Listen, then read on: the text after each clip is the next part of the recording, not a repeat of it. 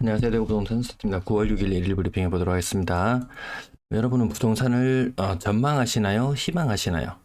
꿈꾸던 가을 폭등장은 전망이었나요? 희망이었나요? 요분 조영무 박사라고 합니다. 요분 내용 한번 볼만해요.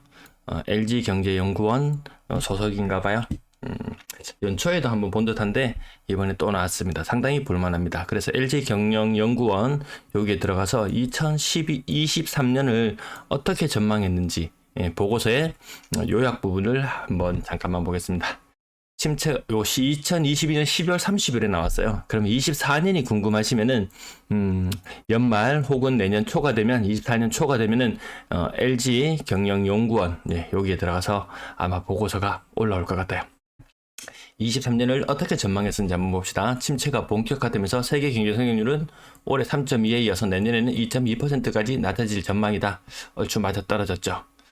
그 다음에 가장 어려운 시기가 미국이 내년 중반이 가장 어려울 거라고 했는데 저 영상을 보시면 저축률이 돈이 많이 풀렸었죠. 돈이 많이 풀렸던 부분들 때문에 개인 가구에 돈이 많이 있었다. 우리는 전부 다 빚이었잖아요. 근데 이거는 현금 살포 많이 했어요. 근데 요 침체가 내년 초로 이연될 것 같다. 이런 이야기도 살짝 있었을 거예요. 다만 이번 침체는 상대적으로 마일드할 것으로 보인다. 과거처럼 그렇게 급격할 것 같지는 않을 것 같다. 하지만 준 스태그플레이션 양상이 예상된다. 스태그플레이션 영상은 저도 한번 다뤄드린 적이 있었고요. 한국 경제의 상고하저 흐름을 예측했어요. 요 부분 맞아떨어졌죠. 정부에서는 상저하고라고 했지만 아니었죠. 중국으로 인한 효과나 이런 것들도 굉장히 약했습니다. 무역 적자 상황이 길어질 것으로 보인다. 지금 상황하고 맞아떨어집니다. 미국과 한국의 금리 인상은 내년 1분기에 종료될 가능성이 높지만 확대될 전망이다. 이 부분도 맞아떨어졌습니다. 2%까지 벌어져 있습니다. 지금 어려운 부분들 뒤에 줄줄이 다 읽어드리지는 못하겠네요. 주요 거시경제 이슈 중에서 기업 경영자 관점에서 내년에 가장 직접적 영향을 미칠 것으로 보이는 것은 원달러 환율 안정화 여부. 원달러 환율 근래 요동치고 있습니다. 불안정한 등락이 이어질 전망이다. 이것도 맞아졌죠.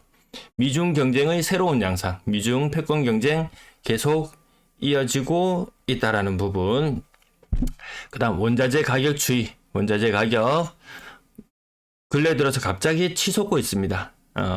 왜냐하면 과거에 고금리 등으로 유전을 비롯한 원자재 관련 투자가 크게 위축되었다는 점 때문에 강세를 보일 것이다. 하지만 이 원자재 시장의 강세 기조가 뉴노멀로 자리 잡을 것이다. 고물가가 지속될 수 있다라는 부분까지도 생각해 보면 되겠네요. 가스요금, 전기요금 또 올린다는 이야기가 나와서 속상해요. 제가 LG경영연구원 과거에 똑같은 이름인지는 모르겠어요. LG경제연구원 우리는 일본을 닮아가는가 요 책이 2016년도에 나왔었거든요. 제가 요 책 관련된 내용들 그리고 우리 현재 경제 상황과 많이 빗대어 말했었는데요. 이때 2016년도에 나왔을 때는 유사하게 닮아가는 부분이 있다. 하지만 우리는 일본과 다르다라고 이야기했지만 지금의 시장 상황과 견주어 보면은 너무나 닮아있다라는 부분. 거의 한 7년, 8년 만에 많이도 우리가 일본을 따라온 것 같습니다. 매도 물량 삐쭉 솟아오른다고 제가 말씀드렸었죠. 35,828건. 근데 어제 요 수치를 넘어설 걸로 전망이 되었었는데 아직까지 넘어서지는 못했고 근래의 활처럼 휘고 있다라는 부분. 그래서 가을장이 폭등하니 뭐니 가을 되면 거래량이 폭발하고 이랬던 시장에 갑자기 암초가 나타났죠. 전세 물량도 지금 늘어나는 거 보이시나요? 늘어나고 있고요. 월세 물량도 심상치 않습니다. 요게 늘어나는 추세가 좀 바뀌는 것 같아요. 전체 임대 물량 끝이 올라가는 게 보이시죠? 물량이 이렇게 압박이 심한 이 모습을 보시면은 여러분은 언제가 떠오르시나요? 21년 이때 물량이 많이 늘어나던 시기가 있었죠. 이 시기 임대 물량뿐만 아니고 매도 물량도 가파르게 늘어나던 21년. 이때를 기억하시나요? 갑자기 분위기가 더 갑자기 쌓여졌죠. 그때부터 본격적으로 쌓이기 시작해서 22년도는 내리 물량이 계속 증가하는 국면에 있었어요. 이때 시장이 기지개를 펴고 잘 나가던가요? 아니었죠. 물량이 늘어나니까 결국 처음에는 호가를 높게 내놨죠.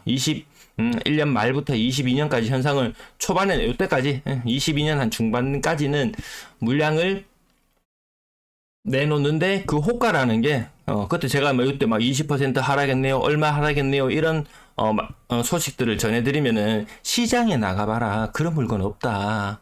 호가는 굉장히 높은 상태였어요. 근데 물량이 많이 쌓인 상황이 지속되니까 어땠나요? 결국 호가가 실거래가보다 더 낮아지는 현상이 나타났어요. 그 물량과 지금 물량이 같아요. 상당히 시사하는 바가 있겠죠. 지금은 거래량이 저점 대비 한 2배 이상 늘어나 있는 상황에서 거래도 제법 되네, 내 거 팔리겠네 하고 호가를 높이 내놨지만 시간이 지나면은 과거의 일을 또다시 22년도의 일을 또다시 답습할지도 모르겠다. 그러니까 누군가는 지금을 뭐 2012년이나 이맘때쯤으로 생각하시는 분도 계세요. 과연 누가 옳은지, 누구의 전망이 맞는지, 어느 것이 더 합당한 전망인지 계속 살펴볼 필요는 있을 것 같습니다. 거래량 131건, 굉장히 많은 거래량이 신고되었습니다. 1600건. 그래서 한 달 전, 요때하고 비슷하다고 말씀드렸어요. 쌍둥이처럼 움직입니다. LH 물량 지원 없었으면 거래량 똑같거든요. 그래서 이 밑으로 쭉 내려가면 2000건 정도의 거래량, LH 지원이 또 없을 거니까 아마 2000건 정도의 거래량이 나올 거예요. 8월달 거래량 폭발 아니에요. 9월달은 아직까지 조금 더 지켜봐야 될 것 같지만 아무튼 오늘 합산 거래량은 조금 많았다. 9월에 대폭발 일어날 것 같나요? 물량이 저렇게 많은데. 수성 SK 리더스 뷰 30% 정도 하락했나요? 네, 9억 8천 9억 8천입니다. 두산동 46평이에요. 9평 아니에요. 9평 아니에요. 수성 태영 대시양 43평이에요. 9평 아니에요. 8억 4천. 화산 샬레 8억 3천. 고점 대비로는 거의 뭐 보합권 수준이라고 봐도 될 정도. 8억 3천. 상위 KCC 스위첸 60평이 8억 3천. 60평이 요 거래 아주 뜨문뜨문 되죠. 네, 대형 평형 거래 그렇게 많지는 않더라. 수성 태영 대시양 43평형이 8억에 거래되기도 했습니다. 여기 두 개를 보시면은 층수 16층, 19층 집 컨디션도 좀 차이 날 수 있지만 어쨌든 가격 뭐 25% 정도 빠진 걸로 보면 되겠고요. 범어 청구 하이츠 9평 가격 6억 9천.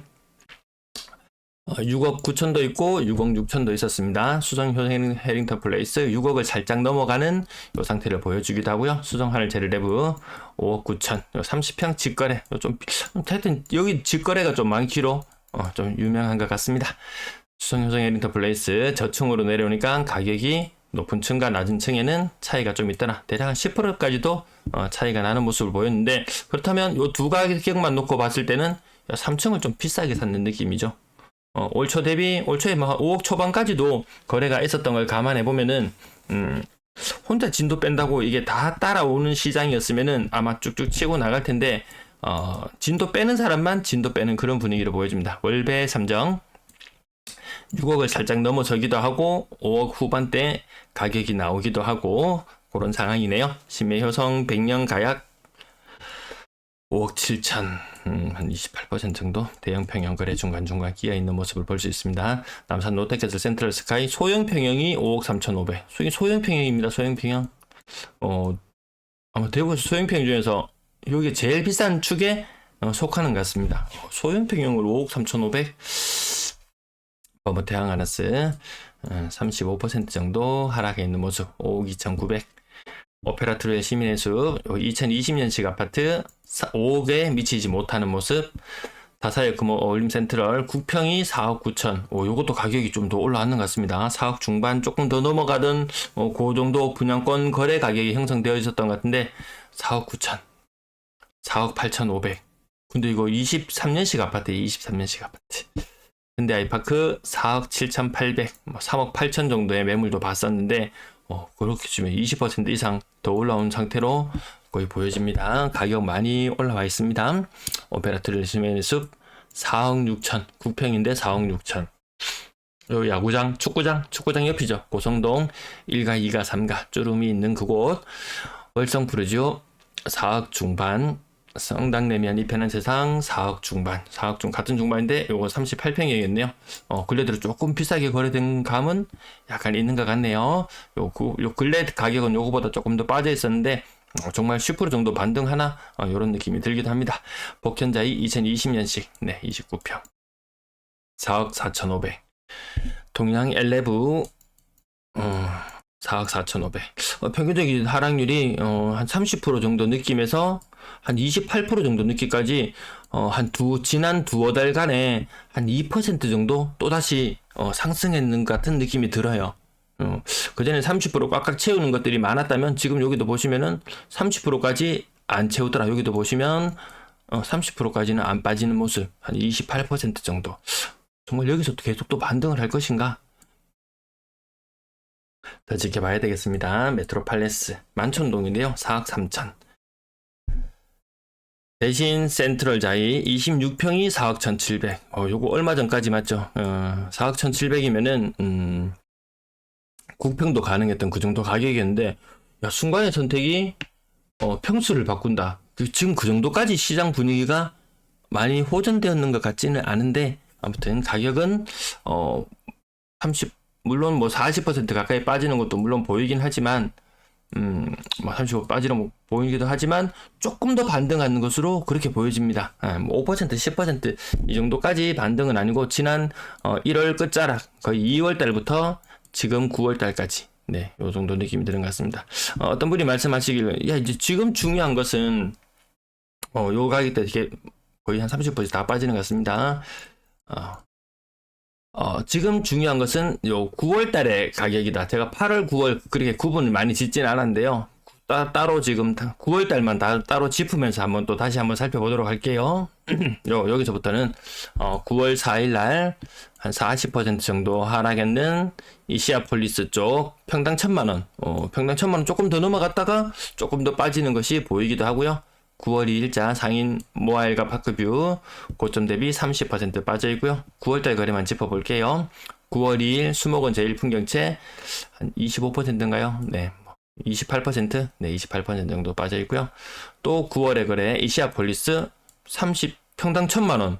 그래프 외곽 지역은 또 9월달 거래인데 그렇게 힘을 못 쓰는 것 같기도 하고요. 대국령 레미안 한 28% 정도 빠졌고요. 성당동 더샵 35% 정도 빠져 있는데요. 1층 3억 2,500. 9월달 거래만 볼게요. 직거래는 좀 건너뛰고 극동 스타클래스 남산 소형 평형 고점 대비 35%? 9월 2일자 이시아폴리스 28평형 평당 1,000만 원. 요건 조금 더 넘어가네요. 그리고 다음에 또 9월달 이렇게 하면 조금씩 구분 지어가지고 8월달 거래인지 9월달 거래인지 9월달 들어서 분위기가 얼마나 달라지고 있는지 그런 부분들도 제가 말씀 못 드려도 직접 비교해 보셔도 괜찮을 것 같아요. 뒷부분 앞부분 또 말이 너무 길었죠. 또 돈 많은 사람들 많이 사는지도 한번 살짝 흘끗 엿보기도 하고 분양권 거래량 31건 중에서 신고가는 2건이 있었는 것 같은데요. 분양권 거래도 조금 힘은 빠지는 것 같나요? 힘은 조금 빠지는 것 같나요? 아직 8월 달에 들어서 거래량이 다시 빠지는 것 같진 않고 다시 아직 8월 거래량 좀 남아있거든요. 한 20% 정도 더 남아있어요. 다시 500건대까지 올라올지도 모르겠네요. 물량이 자꾸 쌓이고 있는 것이 좀 부담이 됩니다. 그렇다고 전세가 빵빵 터져주느냐? 아니죠. 대구 인구나 이런 것들에 비해서 전세 거래가 그렇게 원활하진 않습니다. 이제 가을을 앞두고 거래량이 본격적으로 터져줘야 될 8월달 요맘때 되면 이제 계약 좀 하고 해야 되거든요. 근데 가을이라고 해서 여름이나 여름 땡볕이나 가을이나 별반 다른 것 같지는 않죠. 전세 비중 조금 올라와 있는 상태. 전세 가격 갑자기 빵빵 튀어 오르는데 이거 찐으로 믿으시는 분 없으시죠? 어쨌든 아무튼 8월 달은 지금 거래가 거의 한 75% 80% 되었는데 좀 반등한 건 맞는 것 같아요. 근데 그 계약한 아파트의 종류에 따라서 저것들이 조금 달라질 수는 있을 것 같네요. 4억 이상 비싼 전세 비중도 조금 올라가 있습니다. 지금 요 갱신하거나 이런 과정 속에서 과거에 비싼 전세에 살다가 갱신하면서 좀 깎긴 깎았지만 임대인이 더 우위에 있고 또 아무래도 또 신축 아파트들 근데 국평 신축 아파트 치고 4억 이상 전세가 나오는 건 잘 없죠. 아마 과거 갱신 같은 것들이 좀 영향을 미치지 않나 그렇게 생각해 봅니다. 오늘은 전세 거래보다 월세가 더 많이 신고되었고요. 전체 임대 거래량을 놓고 봤을 때도 계속 많아져야 됩니다. 이렇게 계속 많아져야 됩니다.